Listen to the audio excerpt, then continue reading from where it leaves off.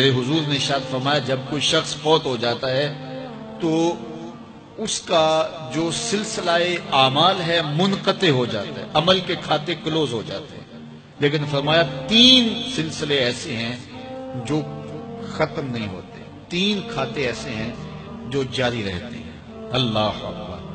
سب سے پہلے صدقہ جاریہ، دوسری بات میرے حضور نے ارشاد فرمایا علم جس سے لوگ نفع پائیں۔ اللہ اکبر۔ علم کسی کو سکھا دیا، وہ تسلسل باقی ہے۔ ہمارے استاد قبروں میں چلے گئے، لیکن آج ہزاروں طلباء کو اور لاکھوں عوام کو ان کے دیے ہوئے جو سبق تھے جو انہوں نے ہمیں پڑھایا آج ہم لوگوں کو بتا رہے ہیں، تو ان کی روح کو اس کی برکت پہنچ رہی ہے، پھر یہ ان کے استاد، پھر ان کے استاد۔ تو علم نافع یہ کبھی بھی کھاتے کلوز نہیں ہوتے۔ اور تیسری بات میرے حضور نے فرمایا نیک اولاد جو ماں باپ کے لیے مغفرت کی دعائیں کرتی ہے، یہ صدقہ جاریہ ہے، یہ کبھی بھی ختم ہونے والا سلسلہ نہیں ہے۔ میں کہتا ہوں کہ اولاد اگر نیک ہے، اہتمام سے دعا نہیں بھی کرے گی تو دن میں کتنی مرتبہ کہے گی ربنا اغفر لی ولوالدی، اے اللہ مجھے بھی بخش دے، میرے ماں باپ کی بھی مغفرت کر دے۔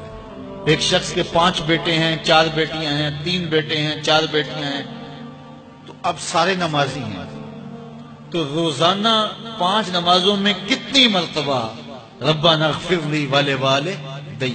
تو اولاد والدین کے لیے اسپیشل دعا کرتی ہے جو ہے وہ نماز کے اندر، اور اگر اولاد صالح نہیں ہے تو نماز کے اندر دعا کرنا تو دور کی بات ہے، چونکہ وہ نماز نہیں پڑھتی، صالح نہیں ہے تو دعا کیا کرنی ہے۔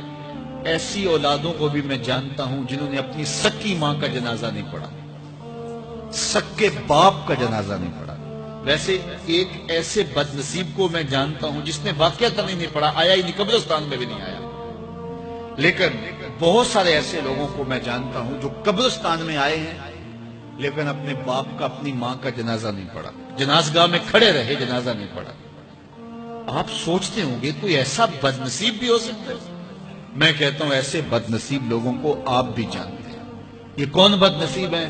جنہیں جنازہ آتا نہیں، ساری زندگی لوگوں کے جنازوں میں رسماً کھڑے ہو کے آ جاتے ہیں۔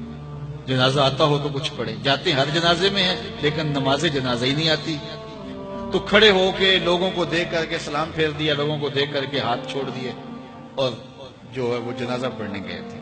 اور جب اپنے ماں باپ فوت ہو جاتے ہیں تو کیا سارے کام چھوڑ کے جنازہ سیکھتے ہیں کہ ساری زندگی لوگوں سے فراڈ کیا، دھوکہ کیا، آج اپنی سکی ماں کو دھوکہ تو نہ دوں، آج اپنے سکے باپ سے تو فراڈ نہ کروں۔ ساری زندگی جو لوگوں سے فراڈ کرتا رہا، پھر ایک دن اپنی سکی ماں سے بھی فراڈ کیا، اپنے سکے باپ سے بھی فراڈ کیا۔ اور مجھے بتاؤ شخص سے بڑا کوئی بدبخت ہو سکتا ہے کہ جو اپنی سکی ماں سے فراڈ کرے اور وہ بھی مرنے کے بعد، سکے باپ سے فراڈ کرے، اس کی لاش پڑی ہوئی ہو اور اس سے فراڈ اور دھوکہ کر رہا ہو؟ اگر اس کے اندر ضمیر ہو تو ڈوب کے مر جاتا کہ میں اپنی ماں سے فراڈ کر رہا ہوں اور اپنے باپ سے فراڈ کر رہا ہوں۔ تو یہ کتنی بڑی بد نصیبی ہے کسی اولاد کی اور کسی ماں باپ کی بھی کہ اس کی اولاد بھی اس کے لیے جنازہ پڑھنے کی صلاحیت نہیں رکھتی ہے۔ اور وہ کتنے خوش نصیب ماں باپ ہیں جن کا جنازہ خود اولاد پڑھاتی ہے۔ اتنی صلاحیت اور اس قدر اللہ نے ان کو خیر کی توفیق دی ہے کہ وہ خود اس قابل ہے اور اس منصب پہ ہے کہ وہ اپنے ماں باپ کا خود جنازہ پڑھائے۔ کوئی جنازہ پڑھائے بڑی برکت ہے، لیکن جس خلوص سے بیٹا دعا کر سکتا ہے کوئی اور تو نہیں کر سکتا ہے۔ تو اپنی اولادوں کو نماز جنازہ سکھاؤ، اپنی اولادوں کو دین سکھاؤ، یہ عادی بن جائے نماز کے، تاکہ بعد از انتقال دعاؤں کے سلسلے جاری رہیں۔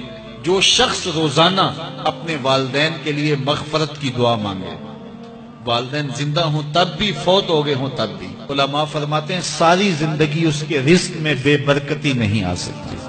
تو اپنے ماں باپ کو خوش رکھیے گا اگر زندہ ہیں تو، اور اگر فوت ہو گئے ہیں تو ان کے لیے دعاؤں کا سلسلہ کبھی بھی موقوف نہ ہونے دیجیے گا۔